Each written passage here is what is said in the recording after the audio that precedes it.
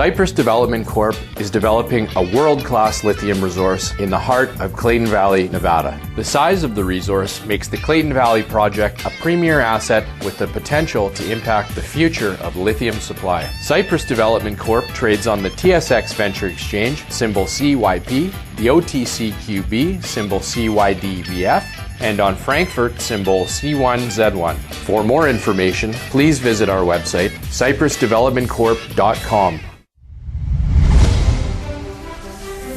Welcome to the Goddard Report. Comments made on the Goddard Report and TalkDigitalNetwork.com are an expression of opinion only. Here is Jim Goddard. My guest is Kris Sims, BC Director of the Canadian Taxpayers Federation. Welcome back to the show, Kris. Thank you so much. Hope you had a great Thanksgiving. It was wonderful. We had turkey and pumpkin pie and all the rest of it. Yes, and my family, same thing, except we use takeout, so no muss, no fuss. No dishes. Good for you. There you go.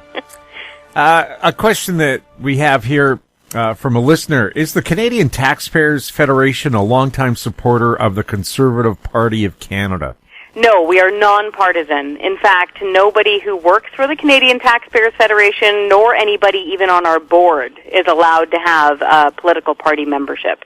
We will support anybody who wants smaller government, more accountability, and lower taxes. We don't care if it's the Flying Monkey Party. If it's the Conservatives saying so, we'll back that. If it's the Liberals saying so, we'll back that too. So, for example, we even gave former Prime Minister Paul Martin an achievement award for slaying the deficit. So, no, we don't back any particular political party. Sure, I remember the deficit clock in downtown Vancouver. Is it still up, and is it now going back up again? Yes, it is. It's going up at an alarming rate. I can get the rate for you, actually. And we're even planning on bringing the debt clock back through British Columbia sometime soonish, hopefully as early as this summer. It might be next summer. That thing is heavy, and we have to move it across the country to let every province take its turn. But unfortunately, the debt clock is going up and up. And on that debt clock, we can show you the federal debt, and we can also show you the provincial debt. And so, yeah, it's a major part of our communications plan. Are polling results usually dependent upon who's paying for the polls? That's a good question. I don't know. It's something that I've worked with personally as a journalist. So I'll deal with pollsters quite often back when I was a reporter for things like CTV News and for Sun Media. But that's a great question. I don't actually know. I know lots of pollsters professionally, but I don't actually understand exactly how they come to their data. As far as I understand, they need to do a certain percentage of a base where they call out, and then they have to always, at least in my experience as a journalist, you always need to print when the poll was conducted and what the margin of error is. That's very important. Is the kind of question you ask and who you ask important? For polling? Yes. Well, it depends, I guess, on the company doing the polling. And yeah, it depends on where you're also calling. So, for example, if you're asking about, say, medical work or high-tech work or something like that, you often wouldn't go asking that question in rural and northern Canada. If you want a good sample size on people who've worked, in high-level medical industries or tech industries, you'd probably want to go where the fish are. So you'd probably want to conduct those questions in a place like Vancouver or Toronto or Ottawa. Maxime Bernier and the People's Party wants to streamline and lower federal income tax rates and reduce the capital gains tax to zero. Why isn't the Taxpayers Federation openly supporting the People's Party's proposed tax reductions? We'll support anybody's proposed tax reduction, again, regardless of political party. So it doesn't matter if it's Maxime's party or Andrew Scheer's party or even Justin Trudeau's party. If they come out and say we're going to lower your taxes, especially if it's a big, meaty tax cut, like dropping down your income tax rate, rather than these little kind of boutique tax credits, as people like to call them, so things like fitness tax credits and transit tax credits, those sound nice, and we know people like them, but it's really kind of nibbling around the edges and giving you beef jerky, whereas we often say we want steak. So if that's something that Maxime Bernier is proposing and that he's willing to do, that's awesome. And if he becomes Prime Minister, we'll hold them to it. It's one of those things we also try to follow up with. Quite often we'll get a politician who's making a great big promise, like a big one, like I will cancel the carbon tax. We'll often get them to sign a pledge form, which is a great big piece of paper, and we'll get cameras there and we'll get them to sign it, because unfortunately a lot of voters don't trust politicians, no matter what party they're from. And so we think that's a good way of having a bit of insurance that they're less likely to go back on their promise, less likely to go back on their word once they gain power. So yeah, any party that wants to reduce taxes, especially in a big, big way, that's a good thing. But again, we don't support any particular political party because quite often, well, number one, we're nonpartisan. And number two, quite often a political party will have a lot of asterisks next to those tax cuts. So they'll say something like, oh, well, we want to cut taxes, but they want to expand corporate welfare, or they want to cut taxes, but they want to hugely increase the role of government and add a lot more cabinet ministers, thus increasing the cost of government.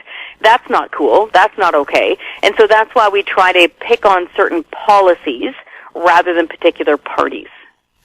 Also, too, I've found there's always a little balancing act. Yes, we'll cut the tax on this, but then you'll notice that things like ICBC rates or hydro rates go up so that they can cover that. Yes, exactly. The levies and the fees will go up while the taxes are technically going down. So, for example, we were really happy to hear the BC NDP during the last election here provincially say that they were going to get rid of the medical services premium, the MSP, which is paid for by British Columbians and sometimes their employers here in the province. Awesome, that's great. We said so publicly. And then they got elected and they said, oh, well, we're also going to increase and create the employer health tax to replace the MSP. That isn't what they said they were going to do. And so that's, again, another reason why we don't say, yay, this party's awesome. We never do that. We'll pick on a policy and say, this sounds good. Let's hold them to it. And then we hold our breath. Now, when a government does do something positive about taxes or spending, you do publicize it. And I'm just thinking of the recent Ford government move in Ontario where they ended March Madness. If a government department still has money left over, they don't have to spend it and it won't affect their budget for the next fiscal year. Yes, exactly. We were hugely happy about that. And to explain to your listeners who don't know what March Madness is briefly, as you said, it's a government department, a bureaucracy. That's permanent government. They don't get elected. They're the folks that, are trying to help you on the other end of the line, hopefully, in places like finance or immigration or transportation, what have you. If that department, at the end of their fiscal year, hasn't gone through their entire budget, usually what happens in March Madness is they panic and they say, oh my gosh, we need to spend the rest of this budget because if we don't, I won't be allocated my same lump of cake next year, and then I'll be short, and I won't know what to do as a manager. This, of course, leads to crazy spending decisions that often waste money. So things like fancy chairs bought en masse, new computers that aren't required, new TV screens for everybody when their other one is just fine. They're just blowing money at the end of that fiscal year, which is why it's called March Madness. It's not a sexy topic. It's not that funny. It's not as attractive as something like, a $16 glass of orange juice. But across government lines, whether it's provincial or federal, we wind up wasting millions of taxpayers' dollars on this silliness every year. And so when we saw provincial government actually, number one, name it, call it March Madness, call it what it is, and vow they're going to get rid of it, awesome. Do so. Please do so. Now, we're going to be following up with that. We always make sure a year from now or whenever those bills come in that we'll have to do freedom of information requests and make sure that they're actually doing it, and it wasn't just a catchy headline. We'll have more with Kris Sims right after this. Media recognition from Bloomberg, Reuters, recycling trade publications, patented process for 100% recovery of critical metals, including cobalt, lithium, nickel, manganese, aluminum. American Manganese is focused on recycling lithium-ion batteries for electric vehicles. American Manganese trades on the TSX Venture, AMY, the US, AMYZF, and Frankfurt 2AM. For more information, visit AmericanManganeseInc.com or phone me, Larry Ray, at 778-574-4444. Avon Resources Limited is a gold exploration company. with significant projects in British Columbia and the Yukon. Trading on the TSX Venture Exchange, symbol ABN, and the OTCQB, symbol ABNAF. Surrounded by world-class gold deposits and mines, Avon's 23,000 hectares Forest Kerr Gold Project is located in the heart of the Golden Triangle in northwestern BC. For more information, visit us at avonresources.com. Welcome back. We're speaking with Kris Sims. Kris, what are your thoughts on the assault on Rebel News by the Conservatives and the Liberals when their correspondents try to get into a news conference event? This is a difficult issue. We usually try to say that press freedom is paramount, and having the ability to speak your mind and spread facts and information through a news service is important. When it comes down to money and taxes, that's where we really try to focus when it comes to the media. So, for example, the recent so-called media bailout, where money went to mostly newspapers that are taxpayer dollars, that are often actually then backed by Unifor, which is a union that represents some journalists, and that union then turns around and, for example, says that they're against a particular political party and they're going to be campaigning against them. We don't like that. We think that that's not right, because then we see taxpayers' dollar going towards something that looks like mainstream media and supporting something as important as things like newspapers and local newspapers. But then again, it becomes political all over again. And in a way, as much as we love our journalists, it's a form of corporate welfare. And this isn't something that taxpayers should be paying for. These media companies should be going out there and fundraising on their own. And if they can get subscription sales and they can sell memberships and they can sell those folks to get the eyeballs and get the readers, that's fine. But when it comes to a media accreditation, that really should be left up to the proper bodies. We're more on the tax and spend side of things. When it comes to who should be listened to as a news outlet, we'd leave that up to the individual parties and their leaders. Well, I know they certainly can get pretty, I don't know what the word is for certain parties, but when Stephen Harper was Prime Minister during the Olympics, he had a so-called photo op, so I went into the photo op with a camera, left my recorder and notepad outside the room, and I was kicked out because I might ask a question. Wow. And and accredited media, I've got accreditation to cover anything and everything at the Olympics. I've got about 18 different badges hanging around my neck. So if accredited journalist, I think if I've been vetted by the Olympic Committee and the RCMP, I think I have accreditation. So taking off my CTF hat and putting on my almost 20 years as a journalist hat, yeah, I understand. And I saw these sorts of fights all the time, even in Ottawa, where you'd have something like, for example, the Parliamentary Press Gallery, which is basically like an accreditation organization, as best as I can describe it, or a club. It's been around for decades and decades, and they're the ones that allow you to be a journalist on Parliament Hill. That means you have access to certain buildings at certain times. That means that you're in on scrums. That means that you can use the rooms upstairs during question period, all that sort of stuff. And so when you start getting into who does and doesn't get accreditation, that can get really sticky. And, for example, a longtime journalist like yourself can wind up not getting a question, and that understandably causes a lot of distrust and anger and frustration. And we think going forward the best thing to do as far as journalism goes is to have the more the merrier. And that's why it's important to make sure that we support, through our own money, not using taxpayers' dollars, independent news organizations, if that's what you want to read and listen to. Now, I understand why places like courthouses and so on want accredited journalists, because they don't want somebody posing as a reporter to be a security threat. So I understand being checked out, but you can send in your credentials in advance, I guess. But it's when a political organization decides who's a journalist, quote unquote, and who's not one. That's when it becomes dangerous, because obviously they might have a certain message they want out. Doug Ford, for example, didn't hold news conferences. He just held his own bogus news conference with his own cameras and microphones there, posing as journalists. And so you wonder, well, is that something we should be concerned about, where they say that they're a journalistic outfit, but they're not.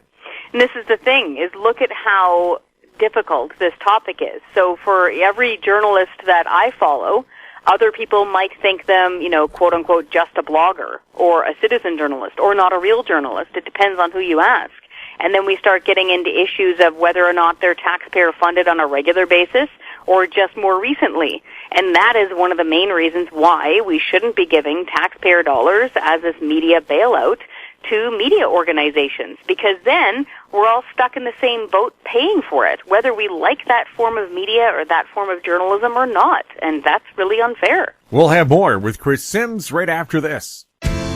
Engineer Gold Mines is focused on the exploration and development of the historic high-grade Engineer Gold Mine situated 32 kilometers southwest of Atlan, British Columbia. Engineer Gold Mines is fully permitted for surface and underground exploration with the 2019 drill program now underway. Engineer Gold Mines Limited trades on the TSX Venture Exchange, symbol EAU. For more information, please visit us at engineergoldmines.com. Don't miss out. Stay informed. Receive the HowStreet.com weekly recap with thought-provoking podcasts, radio, and articles delivered to your inbox. Sign up for the HowStreet.com weekly recap on our homepage at HowStreet.com. DP, again, like the Liberals, high deficit spending, which, again, that's going to have to be paid for someday. And every nickel of it is going to be paid for by you, me, and our grandchildren, except with a lot of interest the longer we take to pay it. So we don't support those policies. Now, we've talked to Ellen Brown, who supports states and governments going back to self-funding, the way Canada used to borrow money from itself before it was changed in the 70s, so that even if there's interest charged, you're the benefactor at the end of it. Should governments look at that again, where you're self-financed instead of having to pay commercial banks for your money?